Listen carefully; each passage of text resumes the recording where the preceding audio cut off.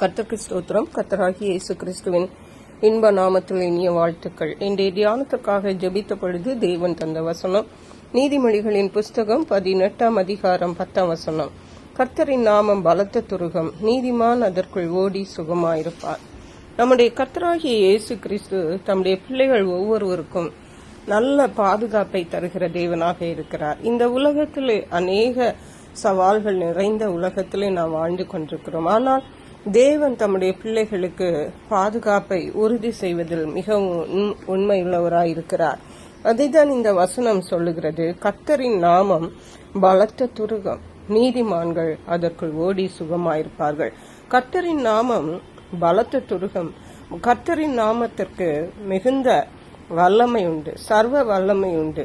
ஆகவே ஒவ்வொரு தேவனுடைய பிள்ளைகளுக்கும், அதாவது எல்லாருக்கும் அல்ல, தேவனுடைய பிள்ளைகளுக்கு மட்டும் தேவன் நல்ல பாதுகாப்பை, சிறந்த பாதுகாப்பை, ஒருவராலும் கொடுக்க முடியாத பாதுகாப்பை தேவன் அருளி செய்கிறவராயிருக்கிறார். அதைத்தான் நீதிமான்கள் அதற்குள் ஓடி சுகமாயிருப்பார்கள். ஹல்லேலூயா.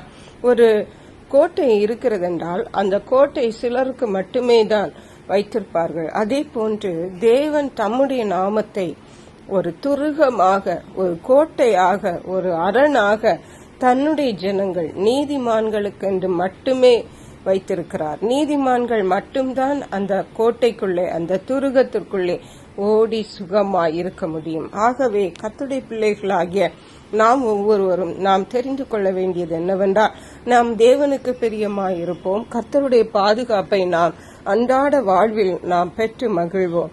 சங்கீதங்களின் புஸ்தகம் 46ஆம் சங்கீதம் 1ஆம் வசனம் சொல்லுகிறது, தேவன் நமக்கு அடைக்கலமும் பலனும், ஆபத்து காலத்தில் அனுகூலமான துணையுமானவர். ஹல்லேலூயா. தேவன் நமக்கு அடைக்கலமாய், பலனாய், ஆபத்து காலத்தில் அனுகூலமான துணை, வெறும் துணை அல்ல, அனுகூலமான துணையாய் இருக்கிறார். வேறு நமக்கு என்ன வேண்டும்?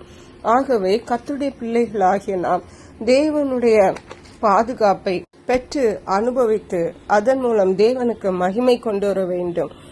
சங்கீதங்களின் புஸ்தகம் 27ஆம் சங்கீதம் 5ஆம் வசனம் சொல்லுகிறது, தீங்கு நாளில் அவர் என்னை தமது கூடாரத்தில் மறைத்து, என்னை தமது கூடார மறைவிலே ஒளித்து வைத்து என்னை கன்மலையின் மேல் உயர்த்துவார். ஹல்லேலூயா.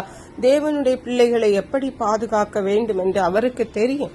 ஆகவே அவர் மிக சிறந்த பாதுகாப்பை கர்த்தருடைய பிள்ளைகளாகிய நாம் ஒவ்வொருவருக்கும் தேவன் தந்து கொண்டே இருக்கிறார். நாம் தெரிந்தும் தெரியாமலும் கர்த்தருடைய பாதுகாப்பை அனுதினம் நாம் அனுபவித்துக் கொண்டிருக்கிறோம் என்பதை நாம் நன்கு புரிந்து கொள்ள வேண்டும். மட்டுமல்ல, தேவனுடைய கர்த்தருடைய நாமத்தை நாம் இன்னும் இறுக பற்றி கொள்ள வேண்டும். தீங்கு நாளிலே அவர் நமக்கு ஒரு விசேஷ பாதுகாப்பை தமது கூடாரம் மறைவிலே நம்மை ஒளித்து வைத்து பாதுகாத்து கன்மலையின் மேல் நம்மை உயர்த்துகிறார். அருமையான கர்த்தருடைய பிள்ளைகளை, சூழ்நிலைகளை கண்டு பயப்படாதிருங்கள். கர்த்தர் உங்களுக்கு கோட்டையாயிருக்கிறார். கர்த்தருடைய நாமம் உங்களுக்கு பலத்த துருகமாயிருக்கிறது. எந்த சத்துருவும், எந்த தீய கிரியைகளும் உங்களை ஒன்றும் செய்ய முடியாது. கர்த்தரை மாத்திரம் உறுதியாய் பற்றி கொள்ளுங்கள். தேவனுடைய பாதுகாப்பை பெற்று மகிழுங்கள். கர்த்தர் தாம் இந்த வார்த்தைகளை ஆசீர்வதிப்பாராக. ஜெபிப்போம். எங்களை கிருபையை நேசித்து பாதுகாத்து வழி நடத்துகிற எங்கள் அன்பின் தகப்பனே, ஆசீர்வதிக்கப்பட்ட இந்த நல்ல நாளுக்காக நன்றி. இந்த நாளிலும் கர்த்தருடைய நாமம் எங்களுக்கு பலத்த துருகமாய் இருக்கிறபடியால் நன்றி.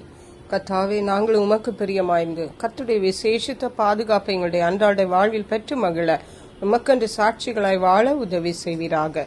நன்றி பரிசுத்த ஆவியானவரே. துதிகன மகிமை மக்கை செலுத்துகிறோம். இயேசு கிறிஸ்துவின் இன்ப நாமத்தில் ஜெபிக்கிறோம் எங்கள் அன்புள்ள பரமபிதாவே. ஆமென். இயேசு கிறிஸ்துவின் சுவிசேஷம் ஒவ்வொருவரையும் சென்றடையும்படியாக இந்த செய்தியை உங்கள் நண்பர்களுக்கு அனுப்பி வைக்குமாறு தாழ்மையுடன் கேட்டுக்கொள்ளுகிறேன். கர்த்தர் தாமே உங்கள் அனைவரையும் அபரிதமாய் ஆசீர்வதிப்பாராக.